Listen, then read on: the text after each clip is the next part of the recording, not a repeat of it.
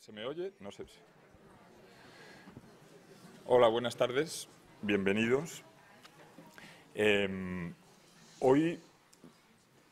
vamos a escuchar la penúltima conferencia dentro del ciclo de actividades que hemos organizado en torno a la exposición que dedicamos a Clara Peeters en el museo. El miércoles que viene hay otra que dará Beatriz Blasco sobre cultura material en la época de los cuadros que pintó ella, de los bodegones estos de principios del siglo XVII. Como hemos venido diciendo desde el principio de esta exposición, la razón principal por la que la hacemos es dar visibilidad a una mujer artista. Es la primera vez que en el Prado dedicamos una exposición a una mujer, es la primera publicación monográfica que dedicamos también a una mujer. Y os agradezco, por lo tanto, que forméis parte de este engranaje, ¿no? Que seáis destinatarios de las actividades que hacemos y que seáis también cadena de transmisión y que contribuyáis con vuestra presencia y vuestros comentarios a darle visibilidad al arte de Clara Peeters.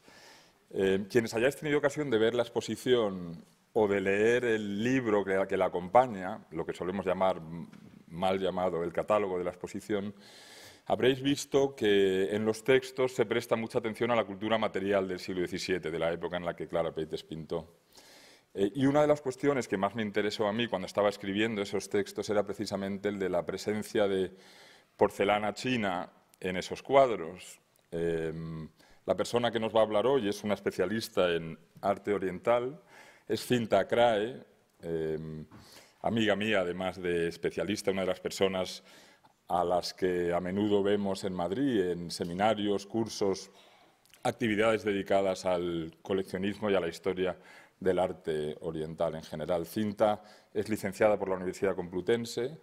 es máster por la Escuela de Estudios Orientales y Africanos de la Universidad de Londres y es doctora por la Universidad de Leiden. Escribió un libro, una tesis doctoral en Leiden que se ha publicado en inglés, pero en España, por parte del Centro de Estudios de Europa Hispánica, una publicación muy importante, especialmente importante me parece a mí, porque hace lo que los libros académicos siempre queremos que hagan, y es cambiar la manera en la que pensamos en un tema determinado, ¿no? Yo cuando estaba empezando a considerar el estudio de la porcelana o la presencia de la porcelana en los cuadros de Clara Peeters, conocía una tradición de interpretación de ese tipo de objeto como presente en Europa fundamentalmente como consecuencia del comercio de los comerciantes holandeses y de la llegada de objetos de ese tipo a la ciudad de Ámsterdam en los primeros años del siglo XVII. Y una y otra vez se escribe y se dice, y lo había dicho yo también en el pasado,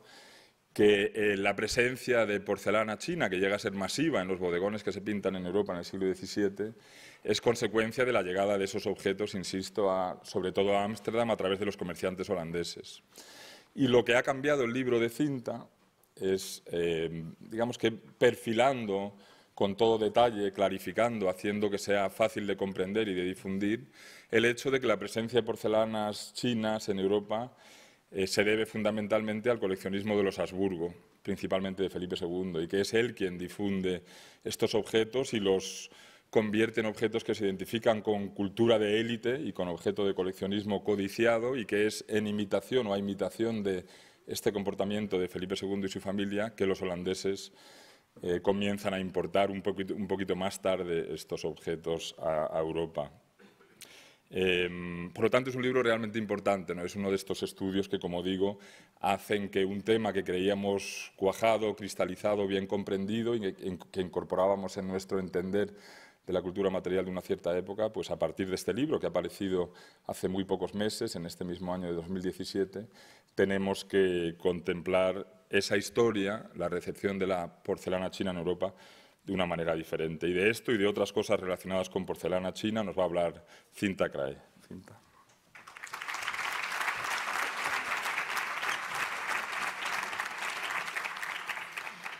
Buenas tardes.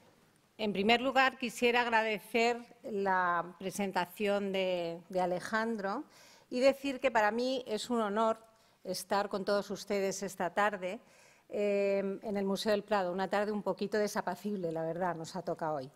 Quiero dar las gracias por la organización de esta conferencia a Paloma Málaga, del Departamento de Educación del Museo, y especialmente a Alejandro Vergara por la idea de dedicar esta excelente exposición a una de las pocas pintoras que trabajó en Europa durante la Edad Moderna y que tuvo, además, la valentía de abordar el género de los bodegones, un tema muy novedoso y vanguardista en su tiempo que ha permitido a los historiadores del arte indagar en la cultura material de su época. Como sinóloga, especializada en porcelana china, ha sido muy interesante descubrir en la obra del artista piezas de porcelana china que no se conservan en la actualidad o piezas también muy raras. A lo largo de esta conferencia me gustaría analizar el contexto histórico, comercial y cultural que propició la llegada de porcelana china a Amberes de Clara Peйтers, que trabajó durante las 2 primeras décadas del siglo XVII, para emprender después un viaje hasta el centro productor de porcelana china en el sur de China y conocer sus características técnicas y artísticas, para después volver otra vez a Amberes y conocer quienes atesoraron estas piezas en la época del artista. Cuando comenzó la vida de Clara Peйтers, hacia el último cuarto del siglo XVI, Amberes formaba parte de los territorios de la monarquía hispánica. Y aunque esta ciudad se había rebelado contra el rey de España en 1576, fue recuperada 9 años después por el ejército español.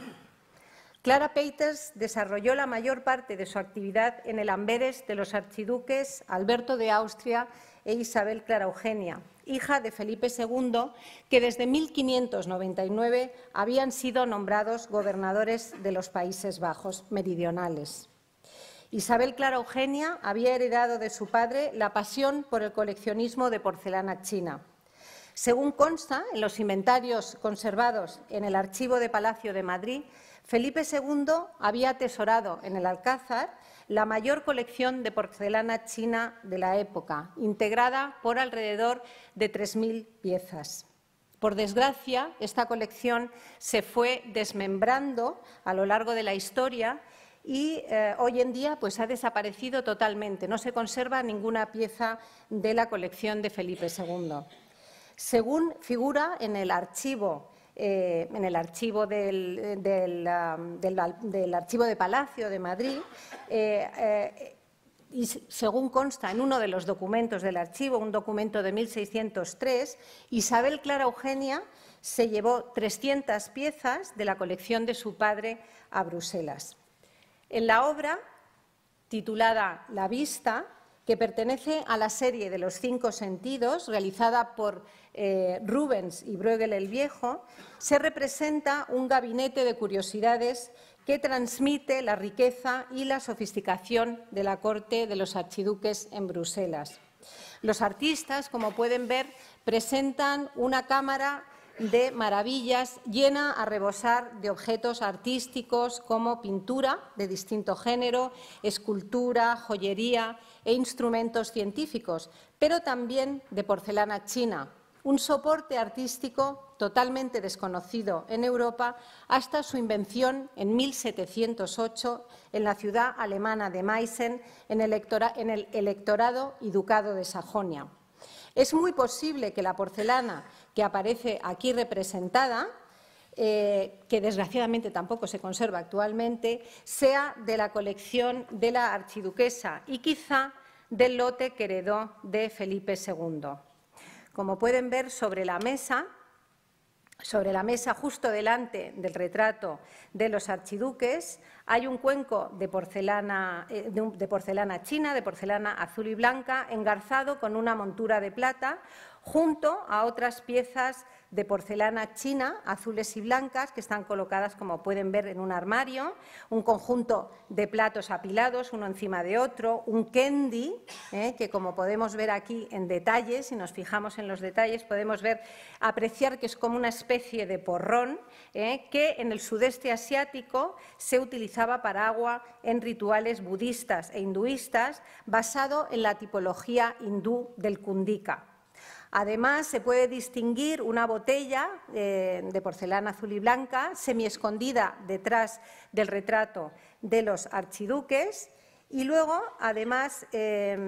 estos otros objetos, que si nos fijamos en detalle podemos distinguir que es un plato decorado con 5 chakras representados como ruedas de fuego, símbolo de iluminación y energía para los budistas, y uno de los atributos del dios hinduista Vishnu, como ven, decorado con paneles radiales de contorno. Los paneles están aquí en el alero, de contorno trapezoidal y remate conopial, y además en la parte inferior se distingue, si se fijan detrás de los platos, de esta pila de platos, aparece este otro objeto que es una jarra, como ven, con asa fija, que se utilizaba para agua, que se utilizaba en Asia Oriental para agua y licores calientes. Como pueden ver, este es un ejemplo recuperado del Vitleo, de uno de los naufragios del pecio del Vitleo, y es curioso observar que en esta pieza, en el detalle de la imagen del cuadro, la jarra aparece pintada ya sin tapa. Las tapas es uno de los elementos que desaparecen y que se rompen más fácilmente, y ya aparece pintada, como pueden ver, sin tapa. Bueno, en el caso del cuenco, que comentábamos también antes, que aparece justo delante de la pintura del retrato de los archiduques, se ha engarzado con una montura de plata sobredorada que no solo, como pueden ver aquí, que no solo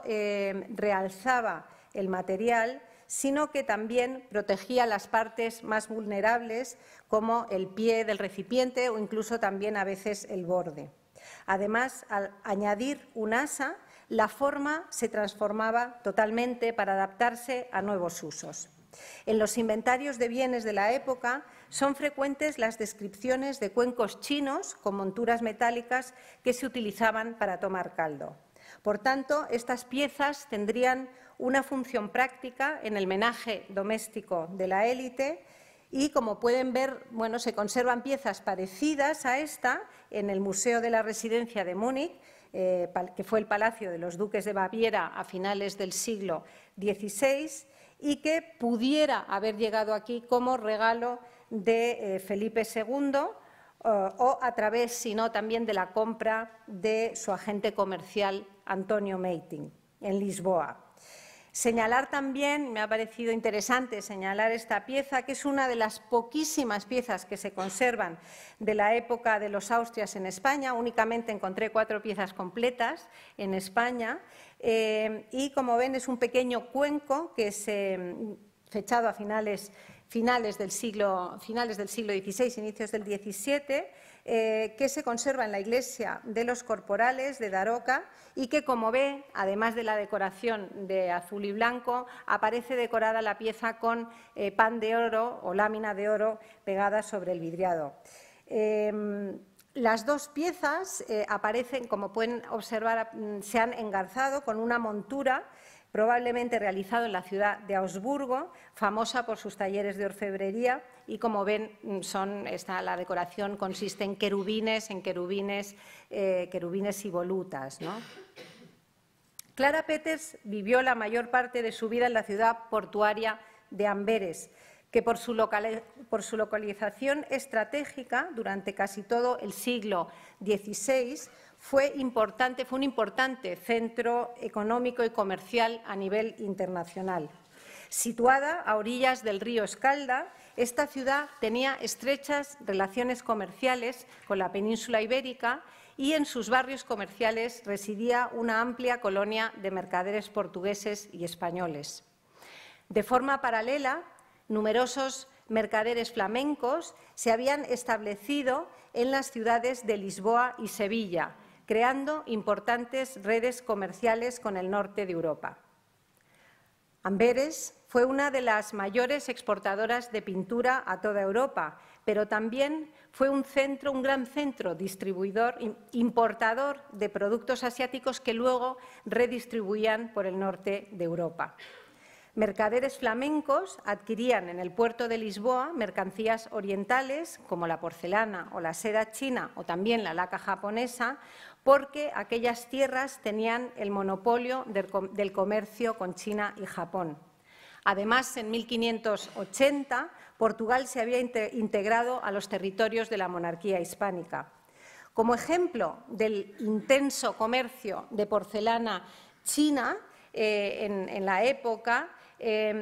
pues he traído esta imagen de uno de los espacios realmente más extraordinarios y escondidos de Lisboa, que es hoy sede de la Embajada francesa, por eso es tan escondido, ¿no? Y no se puede acceder, no se puede visitar fácilmente. Es el techo piramidal del Palacio Santos, que fue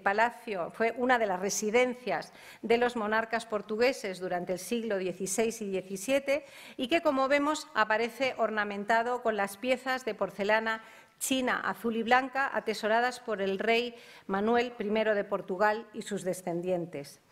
Aunque las piezas no se fijaron, hay que tener en cuenta que las piezas no se fijaron en este curiosísimo emplazamiento hasta finales del siglo XVII y, desde luego, es un milagro, como el otro día pensaba, que estas piezas que se hayan conservado y que no se rompieran en el terrible terremoto que asoló Lisboa en 1755. Bueno, por otro lado, al puerto de Sevilla llegaban los tesoros procedentes del Nuevo Mundo y de Asia, gracias a la flota de Indias que recogía en Veracruz las mercancías venidas de Filipinas, llegadas a Acapulco en el galeón de Manila. Pero retrocediendo un siglo y medio en el tiempo, me gustaría recordar que a mediados del siglo XV el comercio de las especias y otras mercancías orientales como la porcelana,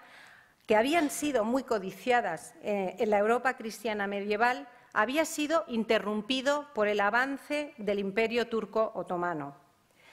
Estas mercancías orientales eran las que a finales del siglo XV afanosamente buscaban los pueblos ibéricos y que impulsaron los viajes de Cristóbal Colón rumbo a Poniente y de los navegantes portugueses hacia Oriente.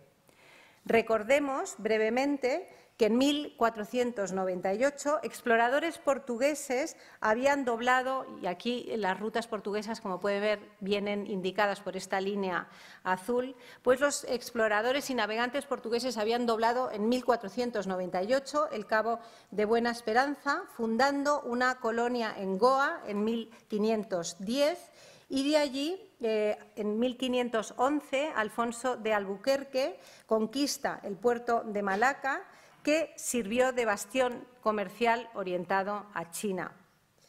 En 1517, los portugueses llegan a la ciudad de Guangzhou, lo que es el actual Cantón, pero muy cerquita de la ciudad de Macao, no viene aquí indicado, pero está Cantón muy cerquita de Macao, pero fueron expulsados y tuvieron que replegarse en el sur de China, en el sudeste asiático, perdón.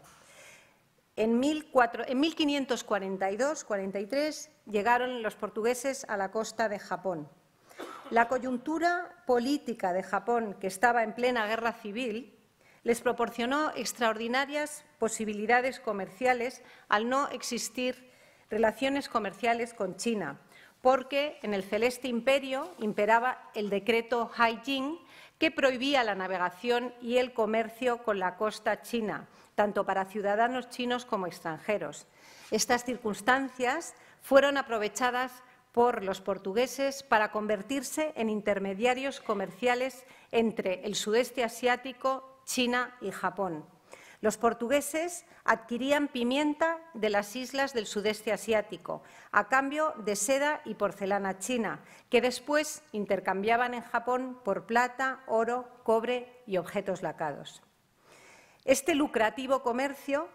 hacía urgente un puerto permanente en el litoral chino, que fue concedido oficialmente por las autoridades imperiales en 1557, en el enclave de Macao. Quedaba así inaugurada la llamada Carreira da India, que unía Europa y Asia Oriental a través del Cabo de Buena Esperanza. En lo que se refiere a España, y aquí vendría indicada la ruta española por estas líneas rojas, en 1565 Miguel López de Legazpi había establecido un asentamiento en Filipinas y ese mismo año Andrés de Urdaneta descubrió el llamado tornaviaje, que uniría la ciudad de Manila con el puerto de Acapulco. y que de esa manera daba lugar el llamado comercio español, la ruta del galeón de Manila o de la nao de China. Esta ruta iba a enlazar Manila, como he dicho, con Acapulco, y luego por tierra los productos o las mercancías asiáticas cruzarían desde Acapulco a Veracruz para luego saltar la siguiente etapa del viaje, que sería atravesando el Atlántico hasta la ciudad de Sevilla. Desde 1571, Manila se convirtió en una ciudad de enlace, el punto de intercambio fundamental entre los productos chinos y la plata americana. En los galeones, la porcelana venía colocada en el fondo como lastre porque resistía mejor las posibles filtraciones de agua, y sobre ella iban las mercancías más delicadas como la seda o las especias. Por tanto, hasta el inicio del siglo XVII, la porcelana china que llegaba a Amberes de Clara Peters era importada desde los puertos ibéricos de Sevilla o Lisboa, los únicos que tenían comercio con Asia Oriental, porque, como hemos visto, españoles y portugueses se habían convertido durante todo el siglo XVI en privilegiados transmisores no solo de los productos, sino también de las noticias sobre Asia en el viejo continente. Cuando los Países Bajos se rebelaron contra la monarquía hispánica, los consejeros de Felipe II se dieron cuenta de que la mejor manera de ganar la guerra era a través de los embargos a las embarcaciones e interrumpiendo el comercio en el puerto de Lisboa, especialmente a los barcos neerlandeses. El resultado de esta medida estimuló la creación de la Compañía Holandesa de las Indias Orientales, la famosa VOC, en 1602, para llegar directamente a las fuentes de abastecimiento de los productos chinos y japoneses en Asia Oriental. Así, poco a poco, los holandeses fueron estableciendo bases comerciales en distintos puntos de Asia. En Indonesia, en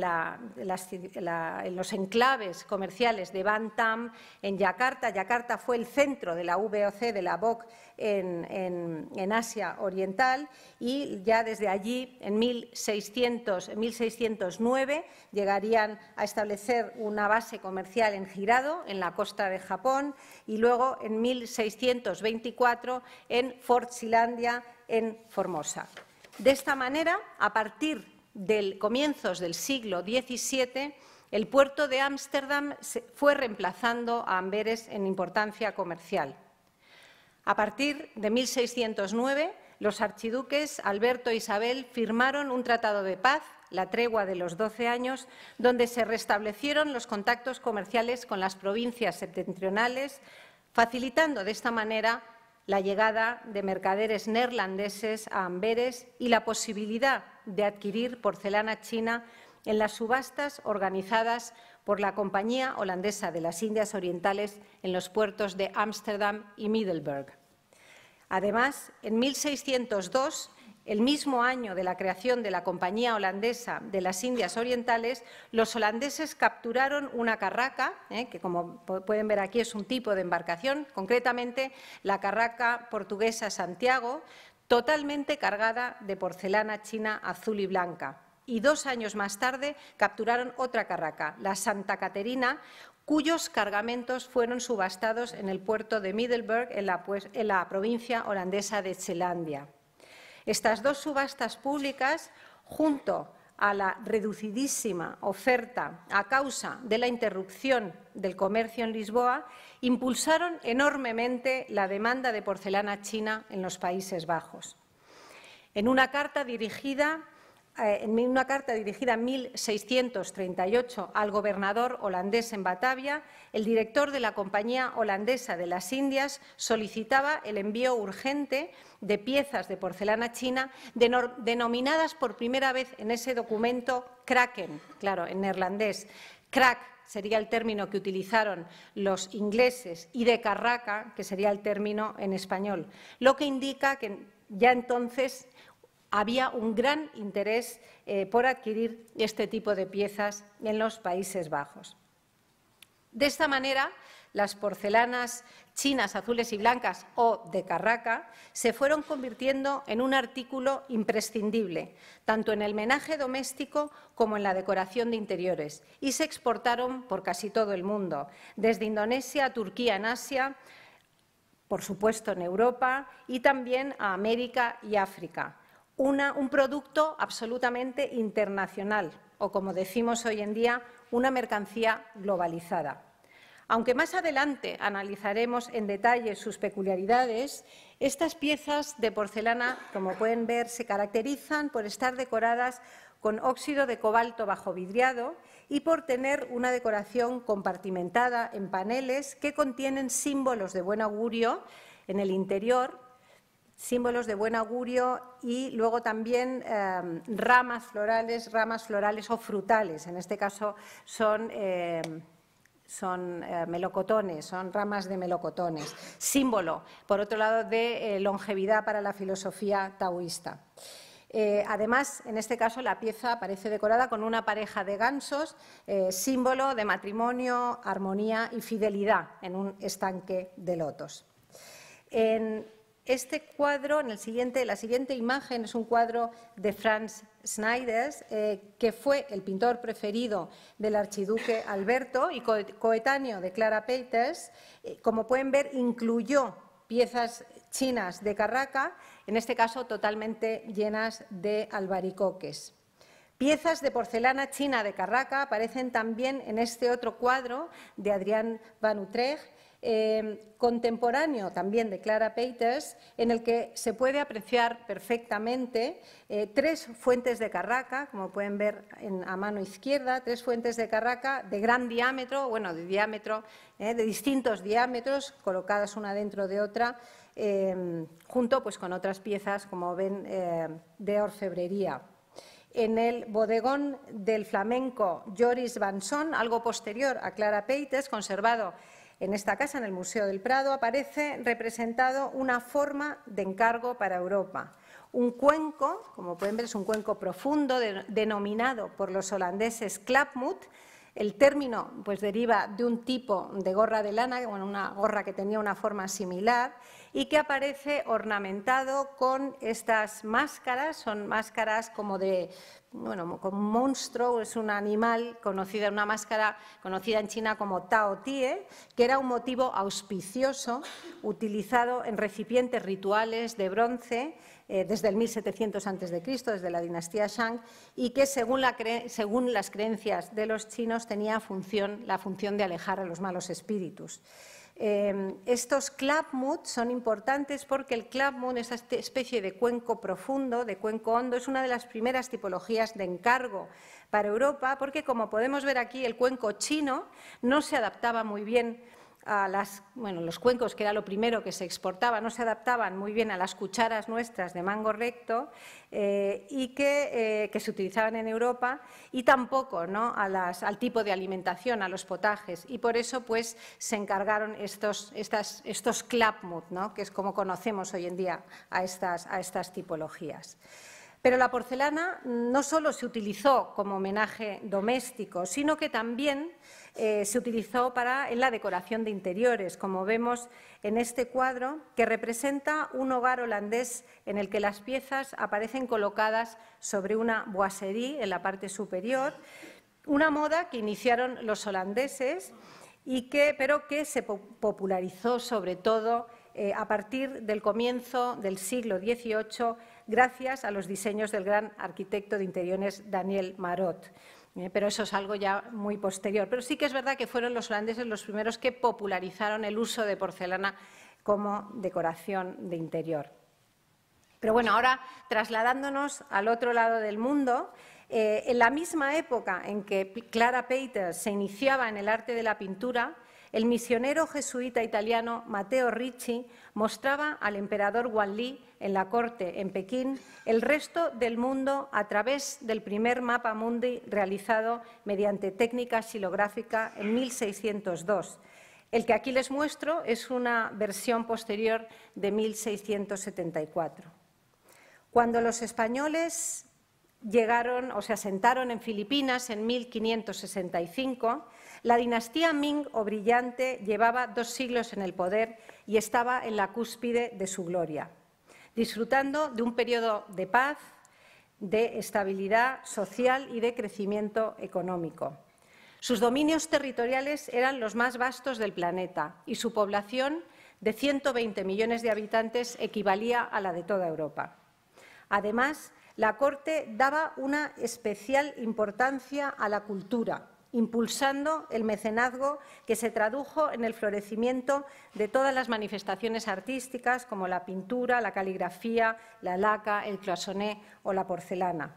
Como sucedió en la Europa moderna, el coleccionismo de objetos artísticos se extendió a los centros más importantes o más ricos del imperio, como las ciudades de Suzhou, Hangzhou, en el delta del Yangtze, creándose gabinetes de curiosidades de enorme sofisticación en el espacio cortesano o también en el espacio doméstico de los letrados, de los funcionarios letrados, que evocaban su milenaria cultura a través de tertulias literarias o artísticas. En la imagen, como ven, la tertulia se está celebrando en un jardín, probablemente sea verano o primavera, el jardín de los melocotoneros. Los letrados aparecen rodeados completamente de objetos artísticos, utensilios para practicar, como pueden ver, la pintura o la caligrafía. Además, en esta zona están los bronces arcaicos, hay porcelanas, mobiliario. Además, es muy curioso que uno de los sirvientes está desplegando, como pueden ver, un rollo vertical de pintura tinta ante la atenta mirada del letrado. Como vemos, uno de los elementos más importantes de este jardín son las rocas horadadas, que según la leyenda simbolizaban las montañas del paraíso donde habitaban los inmortales taoístas, pero que también son energía o chi congelado.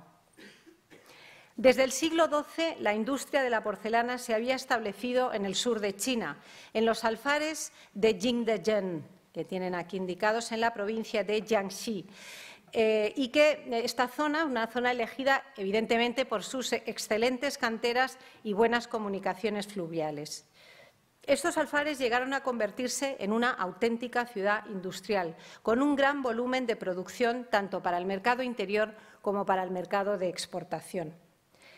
Estos grabados, elaborados al inicio del siglo XIX, se han ilustrado con la manufactura de la porcelana. Como pueden ver,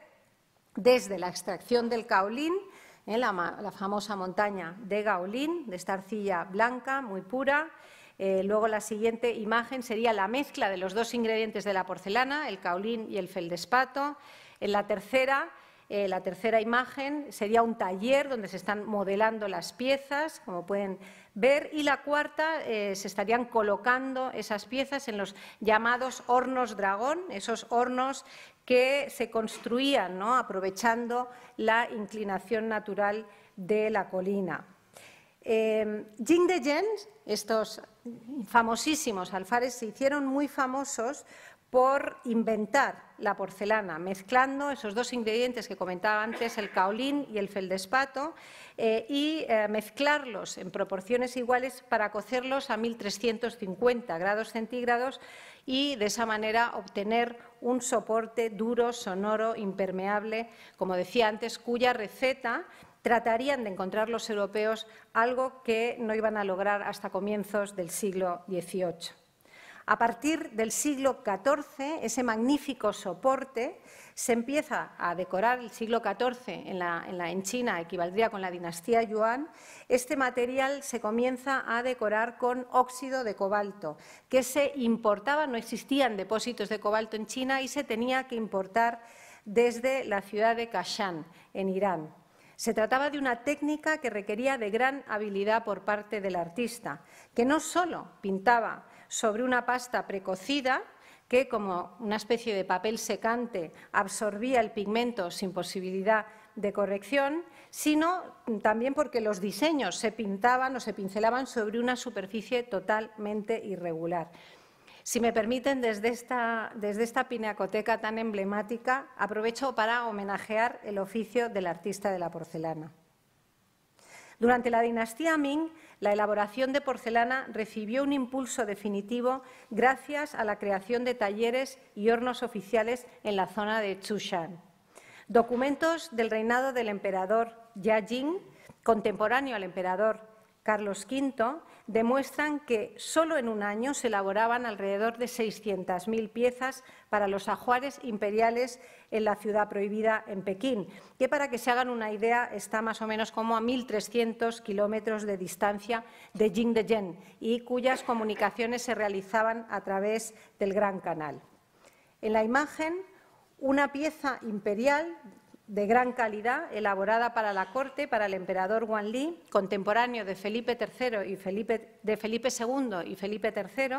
ornamentada, como pueden ver, con varias escenas de la vida del letrado y filósofo Zhou Dunyi.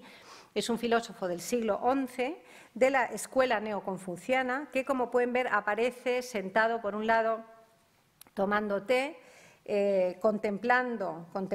un estanque de lotos, símbolo en Oriente de pureza, y también delante, en este caso, de un biombo, aparece delante de un biombo ornamentado con una pintura de paisaje, el género más importante en China. Además, la pieza está decorada con otros símbolos como las grullas y los cervatos, las grullas en el cuello y los cervatos justo casi en la base, símbolos los dos de inmortalidad. A pesar de las dificultades o de la dificultad, ¿no?, que supuso o que suponía cocer una pieza de esta envergadura, piensen o miren, fíjense que son 60 centímetros de altura, y luego también de la maestría con la que fue decorada, el jarrón fue rechazado por el funcionario, fue totalmente rechazado por el funcionario, ¿no?, al presentar, el funcionario encargado de seleccionar el menaje imperial, por presentar esta grieta, una grieta sobre los hombros, razón por la que la pieza fue revendida posteriormente a compradores menos exigentes hasta su llegada al Metropolitan de Nueva York en 1920. Las piezas imperiales suelen, además, llevar una marca. Esta marca que identifica, es una marca conocida como Nianhao, que identifica o identificaba las piezas como piezas imperiales, es la marca imperial del emperador, algo que no solía ocurrir con las piezas de exportación. Pero volviendo a nuestras piezas de exportación, después de este inciso y para mostrarles una pieza imperial, una pieza para el mercado interior de China, la mayor parte de los alfares de Carraca hay que decir que eran privados y pertenecían a acaudalados comerciantes con contactos internacionales que se establecieron un poco más al norte de esta provincia donde estaba Jingdezhen, se establecieron en la provincia de Anhui. Como pueden apreciar en la imagen, la pasta de las piezas de Carraca era relativamente buena, aunque siempre, claro, mediocre comparada con las piezas imperiales, muy fina. Son piezas modeladas generalmente a torno, pero en general suelen tener una pasta muy fina probablemente para economizar, sobre todo en platos y cuencos, aunque las formas verticales o las formas cerradas, pues claro, era algo más gruesa. En general, el vidriado de la porcelana es un vidriado muy fino, tiende a ser azulado y el tono del cobalto varía de intensidad y evidentemente varía según las piezas, de muy pálido a un azul muy oscuro. Como pueden ver, primero se pincelaban los contornos, se dibujaban los contornos de las piezas y luego se rellenaban con aguadas de cobalto, con distinta graduación, tenían distinta graduación tonal. Las piezas solían presentar defectos, y esto es algo muy importante, ¿no? Las piezas tenían defectos como burbujas, pequeñas depresiones, grietas, impurezas. Fíjense que los bordes solían estar picados, suelen estar levantados. Luego, además, las bases suelen presentar arena, suelen presentar arenilla, y esto es el resultado del método de cocción para aislar las piezas del cajil que las contiene. Y luego, además, pues tienen marcas de chirrido, estas marcas como estas líneas radiales, ¿no?, que dejaba el corte del cuchillo en la base. Lo normal es que, como he dicho, las piezas no lleven marca, pero algunas veces sí presentan algunos símbolos, como este símbolo de la liebre o este símbolo de la garceta, y algunas veces, pero muy raros, este otro símbolo, que es el carácter Lyncher, que significa hecho para los ricos y venerables. Y luego, mucho más raro, es esta marca con el blasón de Macao, de la ciudad de Macao. Como vemos, hay una pieza de Carraca en este cuadro de Clara Peeters, fechado en 1611, que incluye un plato de Carraca con aceitunas. En este otro, y aquí se ve el detalle, ¿no?, de la pieza, y luego pues una pieza conservada de similares características en la Fundación Custodia, en París. Esta otra es otra pieza también, otra obra de Clara Peeters, fechada entre 1612 y 1615, y que en este caso contiene, como pueden ver, higos, almendras y pasas.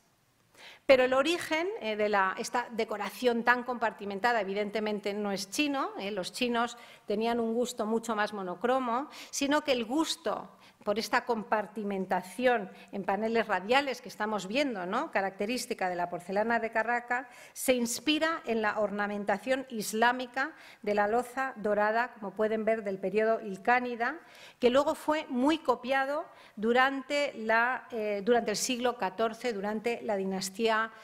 Yuan, cuando la mayor parte, durante la época Yuan, es un momento en el que China se abre al mundo y se exporta también, pero sobre todo a Oriente Medio, durante el siglo XIV. Y ya podemos apreciar esta estructura, ¿no?, esta división en paneles.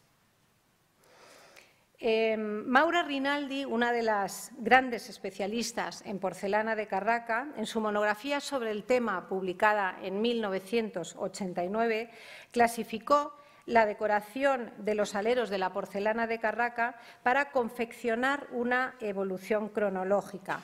Como pueden ver, menos la primera, que está totalmente desornamentada, que es la más temprana, y luego volveré a ella, al analizar un cuadro de la artista, pueden ver que el resto de las piezas se ha ornamentado con azul cobalto, y cómo los aleros de las piezas, en este caso, claro, son platos, se van haciendo cada vez más complejos, ¿no?, a medida que va pasando el tiempo. Maura Rinaldi, para elaborar esta cronología o esta evolución cronológica según bordes decorativos, se basó en determinados aspectos, ¿no?, sobre todo en los cargamentos de los naufragios, también en las colecciones inventariadas, para clasificar o tener unas pautas a la hora de clasificar estas piezas. La imagen, es la imagen de un naufragio, y que, como pueden ver, contenía piezas de porcelana china. Tenemos uno en Madrid, el famoso La Nao San Diego, que se hundió en 1600, totalmente cargada de piezas de Carraca, y que podemos ver en una de las obras de Clara Peeters, muy parecida a la que el artista, ¿no?, a la que aparece con estas pasas y almendras. Es muy del estilo, con el mismo tipo de borde, y que, como pueden ver, está decorada en el asiento con uno de los motivos clásicos de la porcelana de Carraca, que es una pareja de cervatos, como pueden ver, de pelo moteado, unos cervatos de pelo moteado, que es una variedad oriental que se conoce como sica, y aparecen estos cervatos en un paisaje, con pinos, porque el ciervo, es uno de los animales relacionados, según la filosofía taoísta, con la larga vida, porque, bueno, según su olfato o con su olfato, era el único animal capaz de encontrar el hongo sagrado de la inmortalidad. Por tanto, bueno, el pino también es otro de los símbolos relacionados con la longevidad, la larga vida, por el verdor perenne. Por tanto, como pueden ver, Clara Peites ha colocado pues, esas pasas, higos, almendras sobre un bello paisaje de inspiración taoísta. Algunas de las piezas que más interés están suscitando entre los sinólogos a partir de la exposición de esta pintora, por su excepcionalidad dentro de la porcelana china de exportación, son precisamente esas piezas monocromas a las que me refería antes, esas piezas monocromas que Maura Rinaldi clasificaba con muy buen criterio entre 1570 y 1625, porque coinciden exactamente con la época de Clara Peites. Son piezas, como pueden ver, monocromas, de factura muy temprana, muy raras. Probablemente no tuvieron éxito en Europa y por eso al poco tiempo comenzaron a decorarse con óxido de cobalto. Como pueden ver, sobre una fuente de carraca, con esa decoración compartimentada, aparecen apilados cuencos, cuencos tipo Klappmützen, y decorados mediante moldes con patrones geométricos y, como pueden ver en uno de los bordes, con esta decoración que en China denominamos de ruyi. Es un símbolo también de buen augurio. Se conservan poquísimas piezas de estas piezas totalmente blancas de carraca. Una imagen, aquí tienen una imagen de una pieza completa que se conserva en el Museo Groninger en el norte de Holanda. Es el Museo Groninger en la ciudad de Groningen. O sea que es una pieza rarísima, ya digo, se conservan muy pocas. O sea que predominó la decoración bajo vidriado. Según aparece reflejado en el cuaderno de bitácora del navío holandés Gertland, que se conserva en el Archivo Nacional de La Haya, que salió del puerto de Bantam, en Indonesia, en 1614, este navío se sabe que transportaba 69.000 recipientes de carraca, incluyendo algunos completamente blancos. Como vemos, en el documento conservado en los archivos de La Haya se incluyen dibujos de algunas piezas de carraca. Otra pieza singular que representa a Clara Peites en su obra es este cuenco sobre un pedestal de plata sobre dorada, elaborado probablemente en Nuremberg.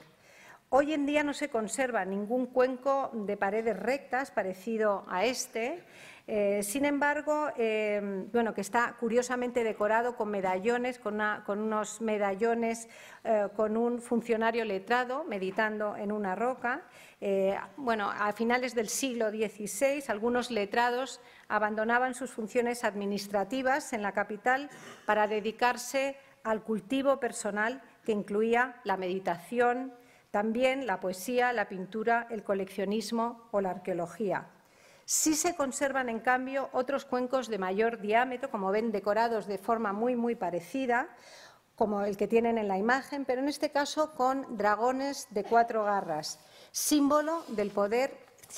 poder y fertilidad. Cuando el dragón tiene 5 garras en China, es símbolo del emperador, pero solo se utilizaba para las piezas imperiales.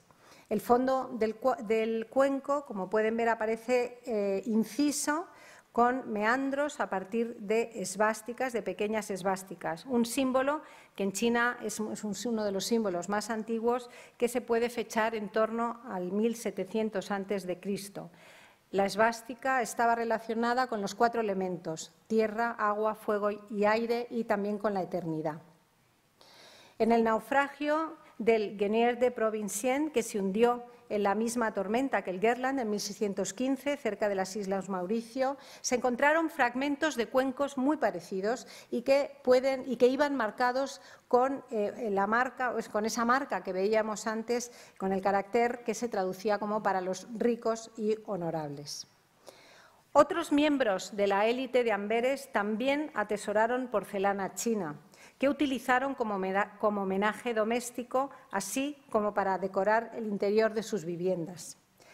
La Universidad de Amberes ha llevado a cabo trabajos de investigación en inventarios de ciudadanos de distintos grupos socioeconómicos en dicha ciudad,